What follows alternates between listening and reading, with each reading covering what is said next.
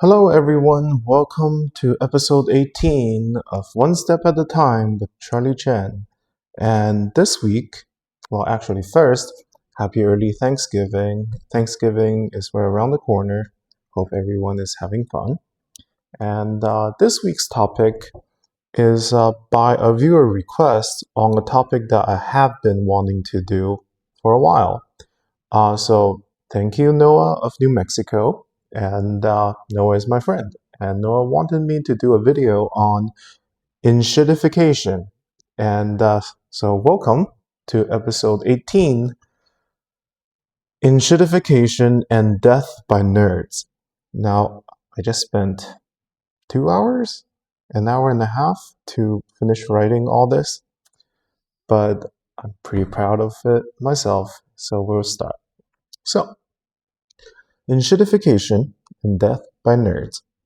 So, if you're impatient, essentially what I'm trying to say is that capitalism and technology combined pretty much leads to some pretty harsh combinations. So here is part one, the history of video games and enshittification. Now, just to start, enshittification is pretty much talking about how things are just getting worse and worse. Like the deal just gets worse and worse, but usually talking when it comes to technology, services, and products. And I want to look at it from the lens of video games because that's what I grew up with, and I'm a nerd, I guess. What I'm one of I guess I used to be a nerdy nerd, but now I guess I'm just a nerd. But video games is what I grew up with, and I'm familiar with technology. So it's interesting watching how things changed from back then till now. So anyways, so it used to be that you pretty much paid for a service or a product when it comes to video games. Like, I wouldn't say before internet, but even with internet, there was a time where, let's say, I don't know, you bought your Shadow the Hedgehog or Sonic Heroes or your Super Smash Bros. For your GameCube, and it's a completed game, right? It's a full product. And then when it comes to service, I guess you pay it once, they do whatever they need to do, you get it back, and then you're happy. So that's what I'm talking about. So it first started with arcade era. You know, those arcade machines that I think they still exist. Here in Austin, we have a place called Cidercade. And then now Cidercade operate differently because they give you a card that allows you to play like infinitely in the place. But back then, arcades are coin operated. And so you either had to be really good to get as far as you can with one coin or whatever it needs to start a game, or you just happen to be rich and you can just keep putting coins into it, right? And some people are really good, other people fell prey, and then so game companies have this incentive to make things difficult, like you die in one hit. Well, time to put in more coin, right? Metal Slug comes to mind. Well, then other than that, so after arcade era, you had the cartridge and CD era. So just like what I was talking about, you had your SNES with the cartridges, you have your Game Boys, Game Boy Advances, Game Boy SPs, you have your GameCubes, PlayStations, Xboxes, all complete experiences that just come within the media, right? And then, of course, every now and then they might sell you an accessory. So like maybe a controller gun with infrared for your duck hunt game, or maybe a little steering wheel for your Mario Kart, or maybe even like a makeshift guitar for your Guitar Hero or Rock Band or whatever, right? Those are fun and they're not predatory, as in you buy it, it's yours, and then you play it for that game. You pay a little extra, you have a great time, but that's it, right? And then came the online era. And when it comes to online eras, I think about things like World of Warcraft, right? Now, I think back then, I don't know my video game histories that well, but the name Ultima Online comes to mind. Never played it, don't know, so I'll just stick with World of Warcraft. And before World of Warcraft, I actually first started playing a game called MapleStory. And, well, and I think online era is a turning point, right? Because now everyone is online and people are hooked to the social aspect of it. And that's where the term MMORPG comes from, massive multiplayer online role-playing game, right? I'll go into in a few more details after this, but let's go through the history of video games real quick. And then after things have like subscriptions and then now you have DLC era. And DLC era actually wasn't bad. So like think about your games like your Borderlands, right? Where you play Borderlands, you finish beating the game, they're like, hey, we actually have more content. And I'm talking about Borderlands 1 and 2, right? It's like, hey, we have more content. If you pay $20 extra, you get to have more to your game that you love so much, right? Now, the DLC era is a double-edged sword because on one hand, companies can fix whatever mistakes they have done, right? This is part of online and DLC era. Like let's say you publish the game and it has a fatal bug or fatal exploit in it. Now companies can retroactively fix it, right? Whereas back then, it's just part of the game now, right? So you have this going on. But on the other hand, this also created a situation where companies on purposely either don't finish their product or game and sell it. Think about today's early access, right? So you have that. But you also have situations where they on purposely withhold content just to piecemeal and sell it to you later, right? Like for instance, and it also comes in forms like microtransactions where you just don't have access to it unless you shell out more money, right? So you have microtransactions, and then of course, when microtransaction is not enough, they added in a little gambling into it, and they call it surprise mechanics, which is loot boxes, right? And of course, funny how it always works out where something has 20% chance of happening. It's always the last two that has what you need, right?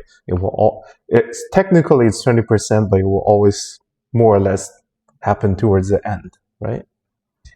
And then you also have the battle pass era of today. So what do we have now? We have something that you buy, or maybe you might even get it for free, but you always have to be online, right?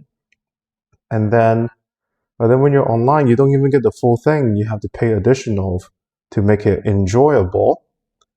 And then on top of that, now you also have to deal with gambling, and you might even have to commit yourself to a battle pass where you don't get what you paid.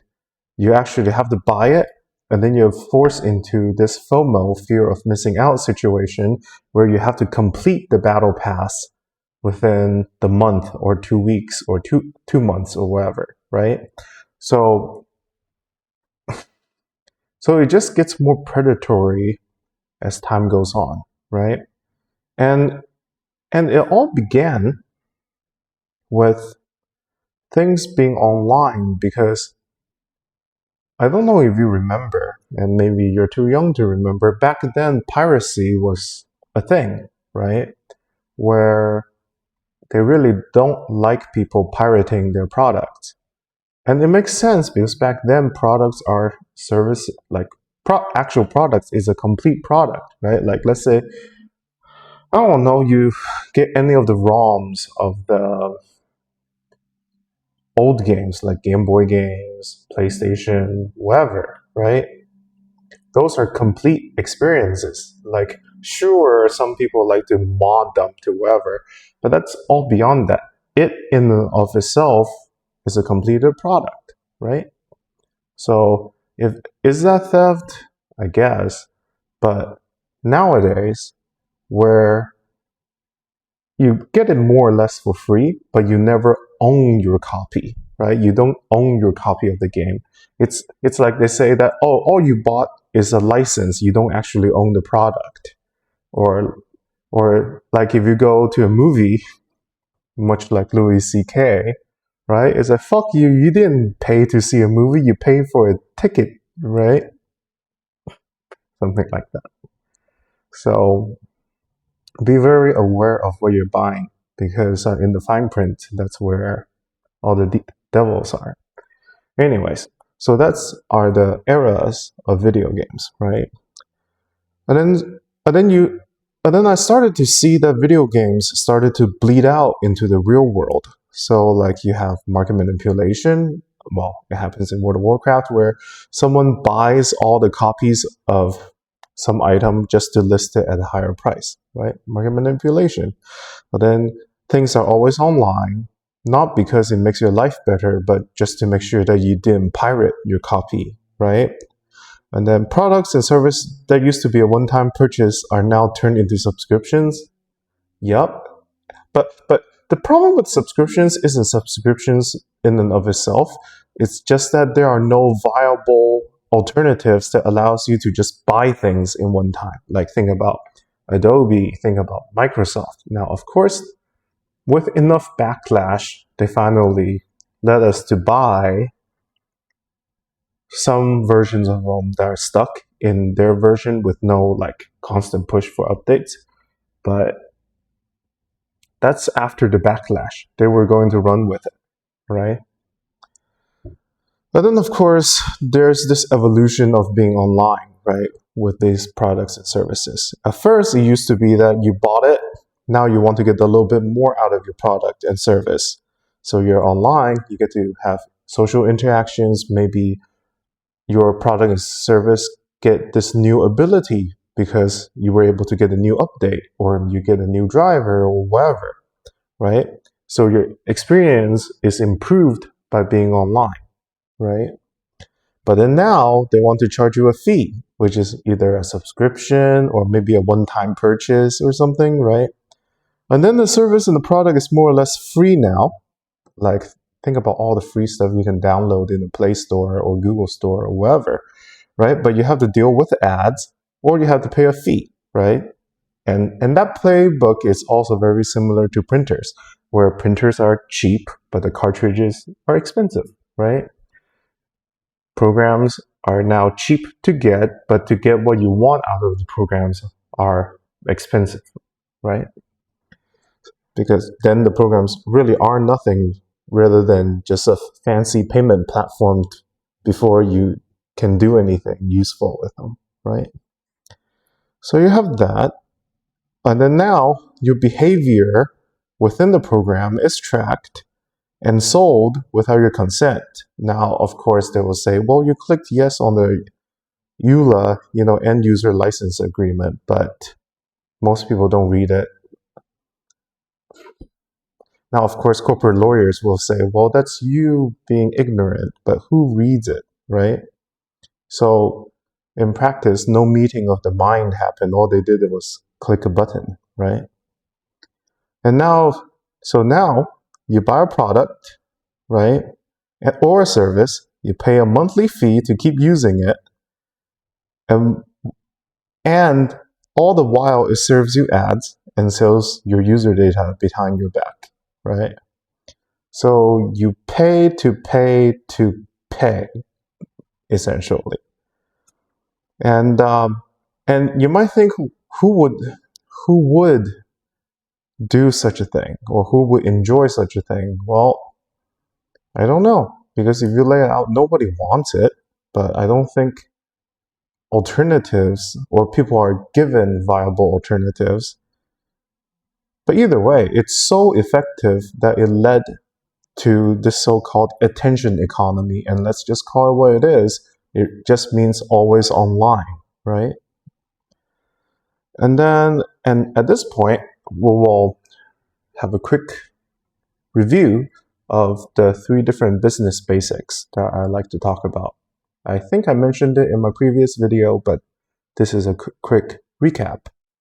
So the 3 qualities of investment are speed, pretty much how soon can you get your money back or your returns back. Like let's just, like for instance, I promise you $20, but it will take you 2,000 years to get the $200 back, right? Well, then is it really worth it, right? Because time is important. Risk, I mean, lottery tickets, I mean, if you win, the returns are enormous, but how likely are you going to get it, right? And then the third part of investment has to do with liquidity, right? Or how many hoops do you have to jump through to turn it back into cash, right? These 3. And then so that's the 3 qualities of investment: speed, risk, and liquidity. Use that to determine if something is worthy of spending your time or money on. And then the second rule, business rule, for me anyways, is the 97% occupancy rule. Pretty much if you operate a hotel, how do you know how much price to keep your hotel at, right? Well, pretty much you keep raising your price until you see 97% occupancy rate. Why? If your hotel is at 100% occupancy rate, it means that it's too cheap. Everyone is coming to you, right? And if you are at 80% occupancy rate, that means your hotel is too expensive. All the unused rooms are going to essentially lead to waste. You don't get your night back, right? So why 97%? You keep it at 97% because it's as pretty close to the maximum amount you can charge to make full use of your property, but with the 2 to 3% available for emergencies, like maybe some guest shows up at 2 a.m. in the morning that allows them to stay, or maybe a room broke down and the guests have to move to one of the empty rooms, right? Hence, 97% occupancy rate. And this applies more than just to hotels. Think about any kind of pricing, right? Just keep raising prices until you're pretty much getting rid of all the units at a profitable rate, right? You don't want surplus because surplus leads to inventory, and inventory leads to paying rent on your warehouse, right? So 97% occupancy rule. And don't forget, this is by no means investment advice or business advice or anything, but this is a way to understand what's happening, right?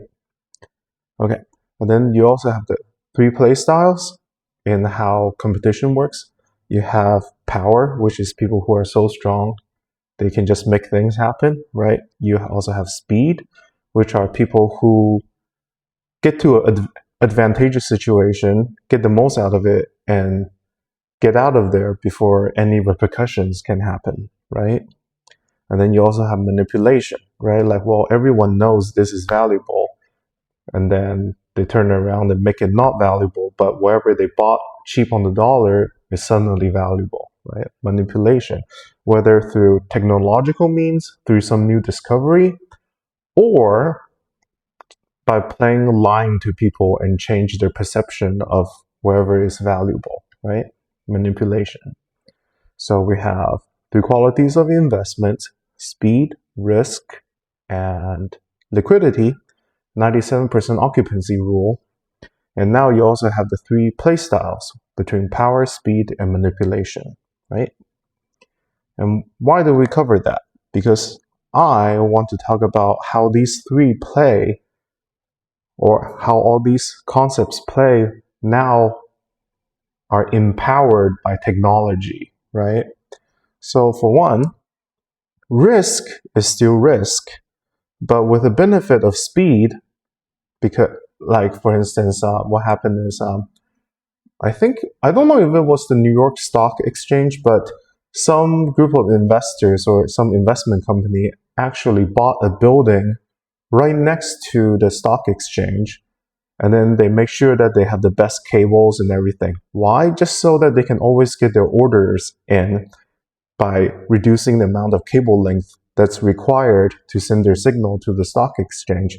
This way, they can always put in the order right before anybody else can put in the order, so that they are always at the front of everything, right? So you can still be risky, or maybe risk is no longer risk as long as you can just get rid of it right before it becomes a problem, right? So speed is alive and well when it comes to risk. And then time is still time, but with manipulation, profit can be front-loaded. So think about AI, think about Bitcoin, right? So what do I mean by that? So I have to reverse it because you're looking at me in the mirror in the camera. So think about it like this. So if a graph is going up, so if it is a graph like this, and then a normal graph of something that's valuable keeps going up, a normal flat slope, right? Normal flat slope. But that's going to take time, remember? And time is something people don't like when it comes to investing, right? So what do? They overstate how good that thing is. They make it so optimistic about it. So guess what? Now with the demand pushing it, even though it's going up like this, right? You think about those stock graphs, it's all, a lot of times, unless people somehow become pessimistic, you just go like, yeah, this technology is going to change our life. It just goes up vertically, right? And then as close as it gets to the top, and that's when the people who just didn't want to wait pulls out of it, right? They pull out of it, and then other people say, oh, I've been lied to, let's pull my money out, and then the stock dives, right? And then it dives, and then at the bottom, and then there will eventually come some people, and they're like, wait, this is valuable, why is it so low? And then they'll buy it, and bring it back up again, right? So the people who was able to like pump up the value in the beginning and get out in time made money, and the people who realizes it's valuable at its low point also made money, but everybody else lost their money, right? But what I'm trying to say is, through manipulation, instead of waiting for the line to go up here and make your money here, you can pump it up to here and make your money here, right? And then when it come crashing down, and then when it climb back up again, guess what? This reduced distance, it's also a shorter amount of time than actually having to wait the whole time to get up there, right? So, and with technology, it has never been easier to just manipulate people through like lying, straight up lying. You have insider trading, you have groups that form so that they can pump and dump, and then you have people who broadcast fear. It's like, hey, what good is holding on to money if the world is ending, kind of messages, right? And then of course an interesting story I heard is 50-50. So pretty much some guy calls himself a legendary investor, right? So imagine he emails 100 people with money, right? And then with half of them, I call it 50-50. So what they do is they will email half of them saying that the stock will go up, and then they will email the other half of them that the stock will go down, right? Well, stock either go up or down, right? So now you have this group of people who believes that he's a genius, but one time, lucky guess, right? And then now, out of this 50, he divides it into 25 and 25. And then this one bets it's going to go up, and this one tell them that it's going to go down. And then out of the 25, it's either going to go up or down, right? So now you have 25 people that, oh wow, this guy got it right twice, right? So you keep doing that until you get to the point where it's only a small group of people, but to them, you're a god because you were able to predict the market correctly multiple times, right? And then that's when people might say, oh, he had it right the whole time, I want to be part of it, and that's when they lose their money. So that I call the 50-50 scheme, right? Not a legendary investor. Those things are created, right? But then liquidity with the help of technology is still an issue, but it's a good issue in the sense that it's no longer a bug, but it's a feature, as they say in software, right? Because think about it, you create a platform, an online platform with very bad liquidity, like people just can't get out. So they're stuck, right? So you create a situation, they buy into your system, ecosystem, and now they built their businesses, they built their families on it, and they built their skill set on it, and then they can't leave because it's too painful. You have made it so that it's very not liquid for them to be able to get out. So lack of liquidity is actually a good thing if you can create a platform to entrap as many people as possible, right? And then you have that. And then now we'll talk about the power players, right? Because the speed players can play with risk because there's no risk if you can always get out, right? The manipulators can just lie out the wazoo and just, lie to people and create whatever situation they want to get people to buy and sell at the worst time possible. Well, how do the power players play, right? Well, the power players essentially focuses on assets that pits us, the rest of the population, against death. So think about things like, I don't know, housing, water, electricity, and internet, right?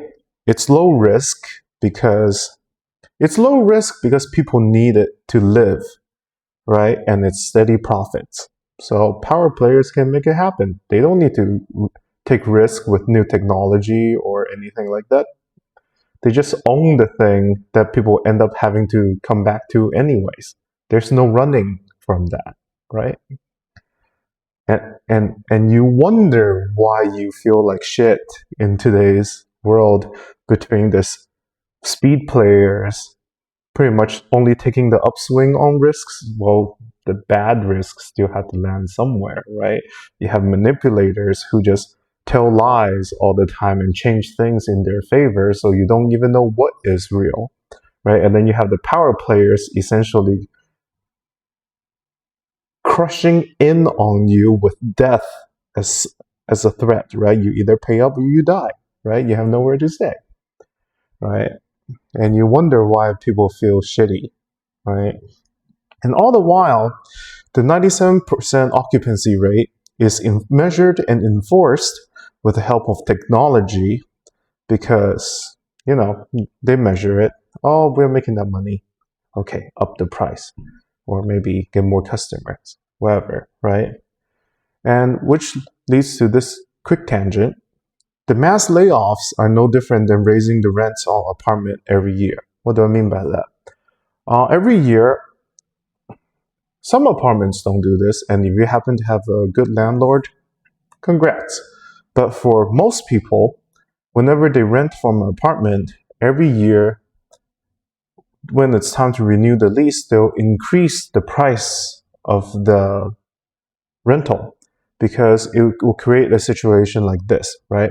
People will either pay more money, whether it's too expensive to move, or they just love their neighbors too much, right? Or they don't want to break their relationships, or they relied on the location to get to wherever they need to. People have just spent a year to build their life in this new location, right?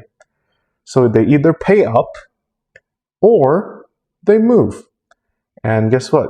When they move, that's another application fee. There's another chance to extract the cleaning fee, wherever, right?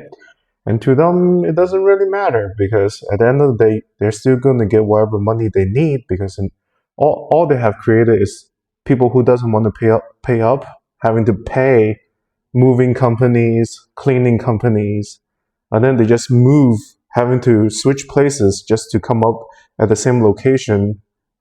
A switch with B switch with A, paying the same amount of money, but they paid extra throughout the move, right? So, so there's no downside to forcing people to move, right? And such is also the thing when it comes to mass layoffs, because when you do mass layoffs, guess what? You have to hire people again. And what happens when you hire people? You get to talk about job responsibilities. Like, well, think about it. With this whole AI thing, how many people actually say, I want to train AI and get paid the same? Nobody says that, at least not in their right mind. Maybe nerds, but nobody in their right mind would say that.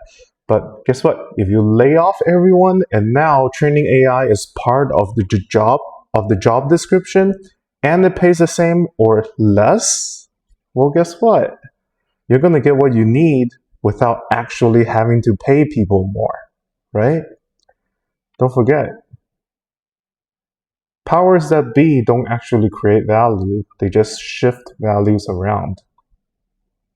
Always remember that.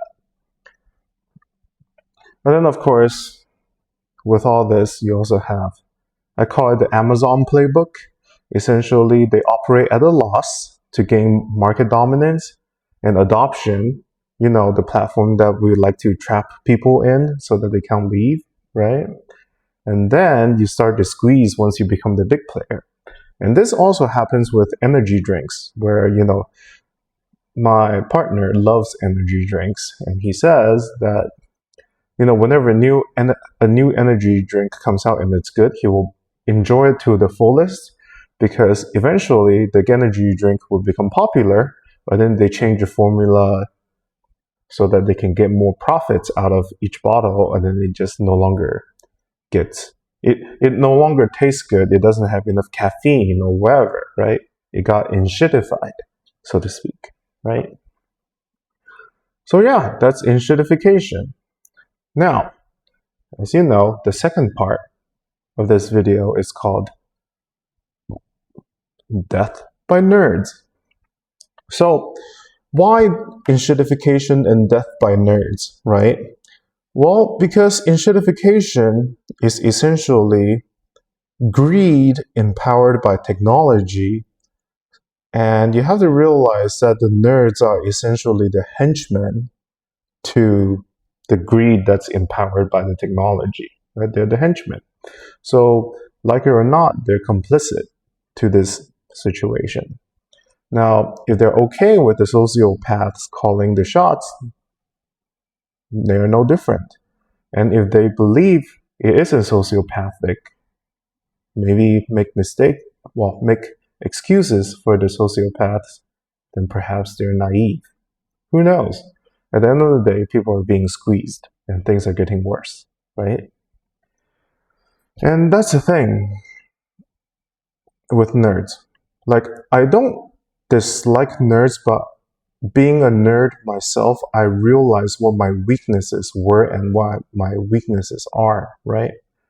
Because a nerd that is willing to let regular people just be regular people, like the desire to get people to be technically literate is high for me as a nerd, but sometimes people don't want to learn, right? So a nerd that's willing to let regular people be regular people without the nerdish superiority complex, you've seen those. It's like, broke your computer again? It's like, well, actually, whatever, right? Those kind of nerds. Oh, but still have the social skills, communication skills, empathy, and the backbones to stand up to unreasonable demands from management is very rare. Actually, I can't really think of a nerd like that. Well, maybe myself, but that doesn't work, right? That's at this point it just sounds like boasting, but like actually finding a coworker or maybe someone who also work in the tech field that has these qualities, someone who's just willing to let people be people, someone who doesn't feel superior, someone who has the social skills and empathy and the bravery to stand up against unreasonable demands are very little. Even in regular people, much less nerds, right? So you have that. And then from my personal experiences, it's like nerds don't really understand what it means to be human. So I'll give you two examples. My roommate also works in tech, or well, when I had a roommate, also worked in tech, and I also work in tech. We were both nerds. We enjoy being nerds, but he didn't. I don't know what brought it up, but we were talking about privacy laws, and he's like, "Why do you need privacy laws if you have nothing to hide? You don't need privacy laws, right?" And then, of course, that was before I became trans. But then eventually I became trans and I came out to him and I explained to him that I'm a transgender person. That was when he finally understood the need for privacy laws. Like, something actually has to happen to a person next to him for him to understand that, oh, right, privacy laws are important, right? Because, truth be told, like, it's like saying LGBTQ, whatever people, do they have something to hide? Are they required to disclose who they are, right? So that's the first story. The second story actually happened today. I was pretty much doing band practice with my band member, and one of them said, "Hey, don't you wish you have 3 copies of yourself? You're so good." I mean, well, thank you, but that's not why I got into music. Like, yes, I guess it's possible for me to film myself playing 4 different instruments and then mix it together with the video editing and just put out a music video like that. But to me, to me, I want to create an entertainment empire. I want to make a show. I want to be part of something bigger, and I can't do that by myself. And on top of that, what fun is it if it is just myself on the stage, right? Because I can't show people that I'm good if there's no comparison, right? And people will get bored of me if it is only me, right? And besides, I enjoy working with people. So while yes, if the goal is just to play a song perfectly, if the goal is to be recognized just by myself, fine. But that's not what I want, right? Because at the end of the day, I want to be able to play with a band, showcase how good everyone is together, and then bring not just the band members, but also the audience in together. I want to create this community, this togetherness with the sound, right? So I guess what I'm trying to say is, if I was just happy with 3 copies of myself, that would make me less of a human. Because part of being a human is learning and adapting to people who are not as smart as you, or maybe not as talented as you, people who may have disabilities in some areas, right? But that's what makes it fun, and it is what makes it meaningful to actually learn about people and see what you guys can do together, right? Because I have played plenty of video games where I make one account and I make a second account just so I can play with myself, but that's just me trying to chase what it's like to have someone who's in the same interest as me, right? It doesn't make it more meaningful, and it doesn't make it more fun. It's just, oh, I have options now. But options doesn't mean meaning, right? Anyways, 2 more things about Death by Nerds. AI can bring us utopia, but look at cars, for example, right? We were supposed to be free, be able to go anywhere, right? But now roads, distances, costs, so toll booths, gas stations, maintenance, are essentially cages that keeps us confined in wherever geological area that we're at, right? Think about how many people who participate in comedy that disappear because they don't have the income to maintain a car or transportation. They just can't show up. They can't even voice their grievance or complaints. They're just not here anymore, right? And lastly, with the aid of technology, nerds can pretty much hide in their digital worlds, much like how the rich and powerful can just get up and go after they're done with extracting and messing up the place, right? Because I'm guilty of that. I enjoy my online worlds whenever things gets too much in the real world before I come back. So, yeah, henchmen, right? But anyways, in conclusion, it has always been like when it comes to enshittification and death by nerds, it has always been greed and control, but it has been now empowered by technology, operated by nerds with no backbone, and bean counters with no empathy. Think about, I don't know, the young wizards of Doge, remember? They're so young and so eager to please Elon, they have no understanding of people's pain. Now, of course, I'm sure there are corruption cases to be made, right? But at the end of the day, it doesn't matter who's in charge. If it doesn't benefit whoever is in charge, it's corruption. So, what is justice really if we have commoditized everything and everything is about maximizing profit, right? And of course, how do we get out of this situation, right? One, create and operate your own platform and space. It's important to have your own family, your own friends, pretty much people that you call are your own. Because if you can't be trapped and manipulated by those platforms, then you are free, right? Get your self-validation, get your personal connections with people who actually are in your real life and matters, right? Because giving your love life to a company like Hinge or Tinder or Match or doesn't matter. That's a lot of power to hand over to a party who's trying to make money, right? And this is not even meeting the partner who may or may not be with you for the right reasons, right? So why increase the risk some more, right?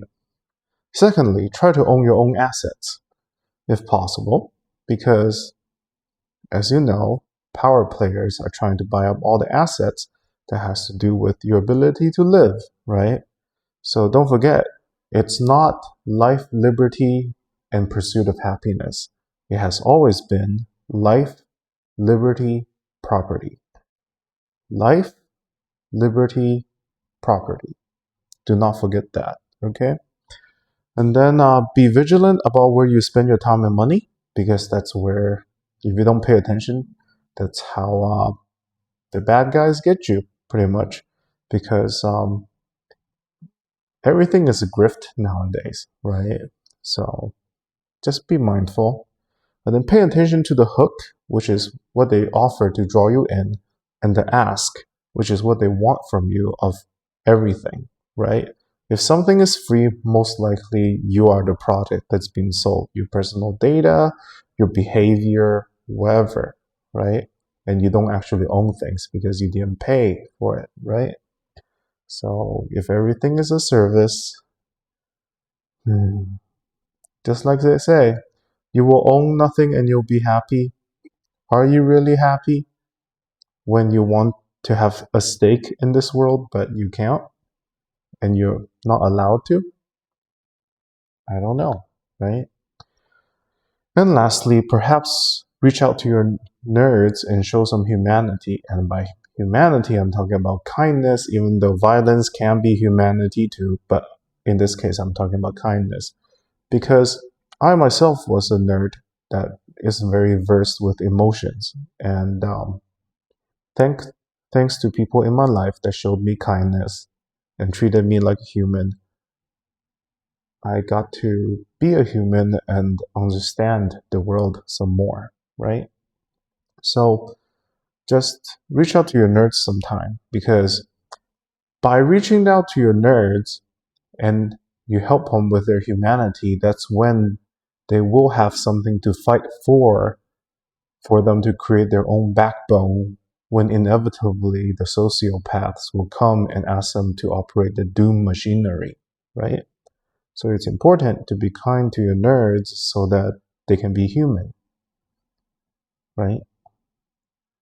But anyway, it actually has been so long that the thing ran out of battery and I have to retake this last part, which is fine. It got most of it. I'm happy.